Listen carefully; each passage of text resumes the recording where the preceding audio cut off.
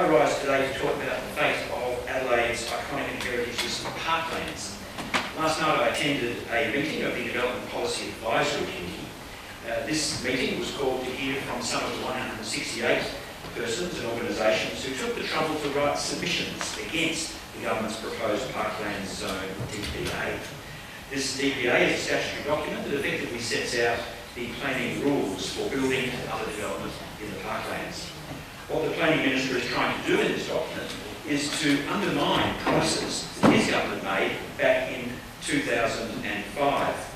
They were promises made to the South Australian people and the South Australian Parliament. When the bill was debated and passed, the Adelaide's Parklands Act was designed to provide a high level of protection for the parklands against arbitrary government decision-making and to ensure the proper involvement of the Adelaide City Council and the broader public. The Act specifically provided that the government would not be able to fast-track contentious developments in the parklands. The Act made consequential amendments to the Development Act, which ensured that ministers would not be able to sign off on government infrastructure projects without community input. Also, the government would not be able to declare projects in the parklands to be major developments, because as we know, decisions on major developments are political decisions. They are made by the government through the governor. They cannot be appealed or challenged in any way. So the Parliament and the government recognised the significance of Adelaide's parklands, and they deliberately restricted the ability of the government to ram through projects. However, all that is about to change. The DPA released by the government and the subject of last night's meeting is a dishonest, blatant, arrogant and shameful breach of this government's own legislation and their own promises. It effectively rewrites all of the public participation rules for a huge list of infrastructure projects to be built in the parklands.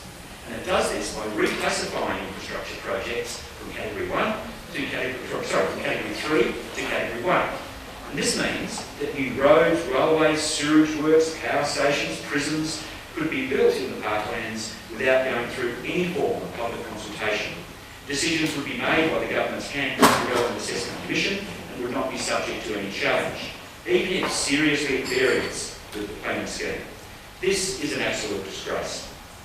The trigger for this change to the planning rules has been a number of projects, including the Oban City Access Project, with its controversial tunnel and road through Ryman Park. But the scope of the change goes much further and includes vast tracts of parkland around Adelaide and North Adelaide.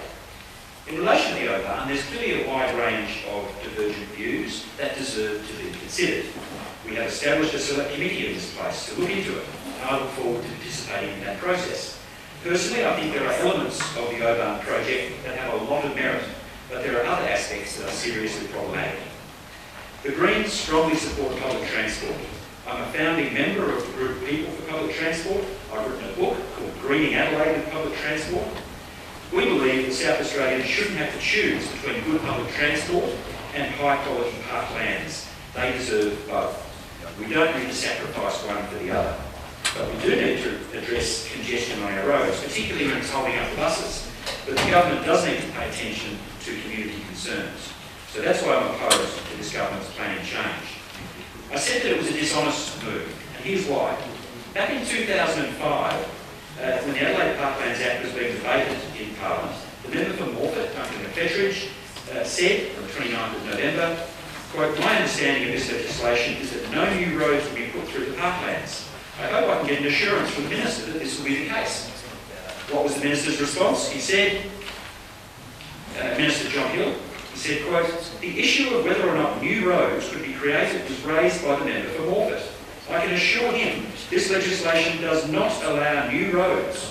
If the government wanted to put a new road through, it would have to introduce legislation to achieve that. And I think that is the appropriate thing." So, Mr. Acting President, there you have it. The Minister said no new roads through the parklands without legislation in the Parliament.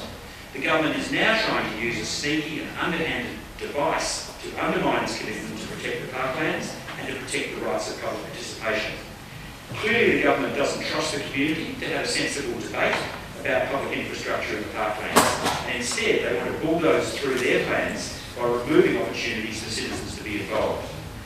If this Parklands DPA is any indication of what the government has in store in future changes to the planning system, then we should be all very worried. Clearly the government does not care about citizen participation, it doesn't care about putting people back into planning, and it does not care about its promises to Parliament.